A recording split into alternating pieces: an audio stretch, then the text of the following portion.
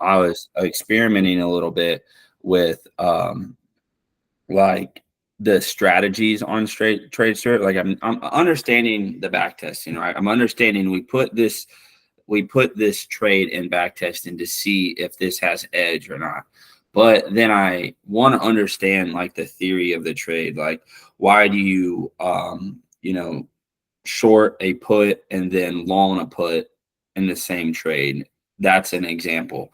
Because like I know what that means is you're buying a put, you're selling a put and buying a put, but why would you do that? And I looked a little bit into it and I saw that, it's balancing that out. We talked about it last time, buying your capping power, but that's just one example of like, I want to begin to learn, the reasoning behind or the strategy behind these trades. Cause I think it'll help me understand, like, instead of just plugging numbers in, I'll understand why I'm plugging these numbers in. Yeah. So let's go a few pieces at a time. So I know we talked last time, it's like you buy a put, you sell a put. So that's basically, we're just capping our buying power. So you remember that long put is effectively dead to us. Yep. Okay. And then like on a condor, for example, what is this theory behind a condor? Okay. So a condor is a directionless trade, or otherwise known as delta neutral. Do you know what delta is? That's the percent change, right? Yeah, kind of. Delta is a proxy for basically notional size. So if you own one share of the SPX, you have 100 deltas of the SPX. So basically, if the market, like if you sold a 30 delta put and the market went up, it would decay or lose value to like a 10 delta put. So that's like, as we get closer to expiration, if the option is in the money, it's going to be 100 deltas. If the option is out of the money, it's going to be 0 deltas. All right. So basically, the whole point of a condor is that we're collecting twice as much credit, but we're also taking risk on both sides. So delta is also a proxy for percent of it expiring in or out of the money. So if you have a 30 delta put or a 30 delta call, it roughly will expire in the money 30% of the time. If you have a 10 delta, it will roughly expire 10% of the time. So we choose credit. Put that in there, like you put like, hey, I put 10 delta. That means it's going to expire 10% of the money. It's a rough proxy estimation. It's not exact, but. And you're making that estimation basically based off of data. Yeah, that's just an implied data. It's just a rough proxy for it. So like when we're trading a condor, we're basically taking twice as much credit and not taking a directional stance for that option. So like if it ping pongs up and down, we'll make twice as much money. So like if you think about it, and I sent you those trade essays with that David wrote. So like if the S&P is at 5,000 and we were to sell 30 delta put, let's say that's at 4,950. Okay. And we collected $1 for that. If the market expires at 5,000, then all of a sudden we made $1. You know what I'm saying? But if we sold a $1 put at 49.70 and we sold a $1 call at 5,030 and then it expired at 5,000, we in turn then made $2. You know what I'm saying? So if the market doesn't move, you're rewarded twice as much. However, if we sold that same $1 put at 49.70 and the market went to 5,040, we made $1 and we would have lost more than that on the call side, and we would have basically not been able to do it. So the way to think of it is the benefit of a condor is that we get to like twice as much credit for the same amount of buying power. Because if you are 100 wide on a put, costs $10,000 of buying power. If you're 100 wide on a call and 100 wide on a put, it still costs $1,000, $10,000. Well, it's basically like covering your back. If the market does move, you're going to make money off of it. And if it doesn't move, you're going to make money off of it with the condor, right? Yeah. I mean, you're taking more of a non-directional stance than directional stance. So that is what's called a delta neutral, or like short volatility. Like we're only playing it should move less than the expected move. It's a conservative play, basically. Yeah. And then also the thing is, like, if we have a $1 put and we're managing it at a $2 stop loss, if the market rips down 15 points, we could just get stopped out relatively quickly.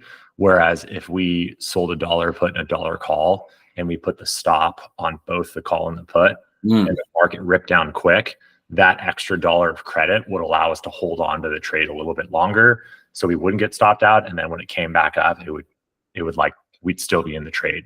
So that makes sense. So the first part of a condor could be like the buying power of it, and the second part is the selling power. So if it's like, that stop loss, like you just said, that's why they have like, there's like there's the 4 legs of it. Like up here is for the buy, up here is for the sell. Is that what you're saying? Yeah. And like, if we were to go through it, and you can stop me at any point with like pros and cons, there's basically the pro of a condor is we collect twice as much credit. Yep. The con of the condor is we have risk on both sides. All right. The pro of the condor is that by collecting more credit, we can use a smaller stop on the entire trade and not get quickly stopped out on a quick whipshaw. The con of that is that we're shopping a larger order, so we could potentially get more slippage when it moves like that. The pro of a condor is it has no direction, so whether it goes up, down, or sideways, we relatively have like an even exposure. The con of the condor is that you have risk in both ways, and that makes sense. And in general, like puts are just priced richer. You're gonna make more money in everything because people are afraid of the downside, not of the upside.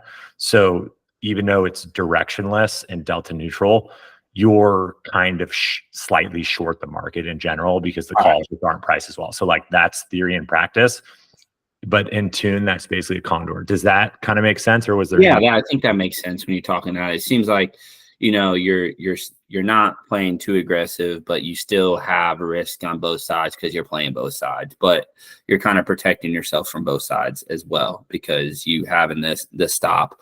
Do you have a stop on the profit side, like on the call? Like do you have like on your stop loss? I know you have a stop on the selling it, but do you have a stop on the top? Like you don't want to go above too much on it as well? Yeah. So there's different ways to manage it. So basically we can manage it as a condor, or we could just open it as a condor and then manage each leg separately. So there's benefits to each by managing both legs. You're not going to get stopped out as quickly on a smaller stop. However, you're going to eat more slippage, and then you may just be holding onto a trade that's not as bad. So when you say slippage, what do you mean by? I know entry slippage and exit slippage, but like, what does it mean by like eating that? So that's the cost to get out of the trade, to cut our risk exposure. And since we're in the trade, we're willing to pay a much higher amount to get out of the trade because we now hold risk. So the more legs you have in that, the harder it is. So like, let's say, pretend like you were back in elementary school and you wanted to trade like your snack pack for a fruit roll-up. So trading a snack pack for a fruit roll-up is going to be relatively easy because you're just trading 1 for 1. You just need to find one person with the fruit roll-up to trade for.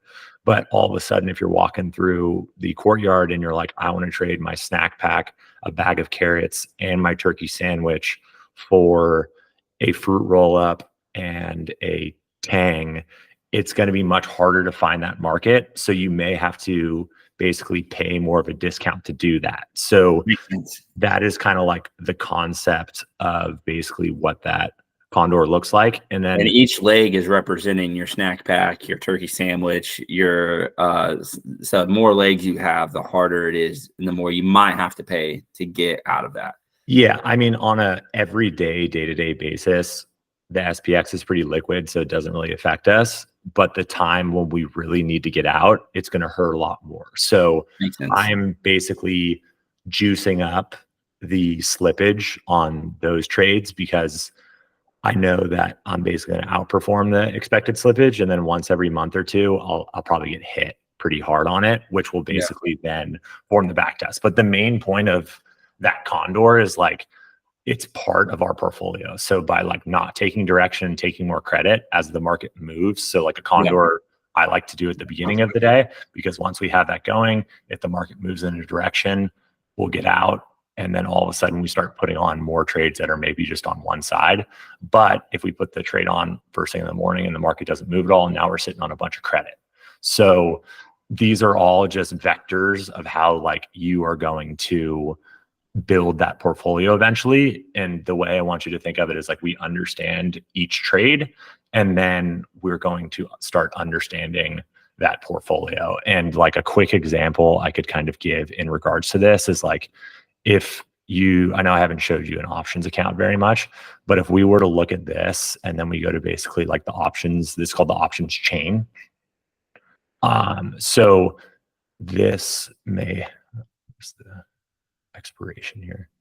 Okay, here we are. So if this makes a little more sense, it's like, so the right-hand side is the put side and the left-hand side is basically, yeah, I mean, excuse me, the right-hand side is the call side, the left-hand, oh yeah, I'm screwing up here. Left-hand side is the put side.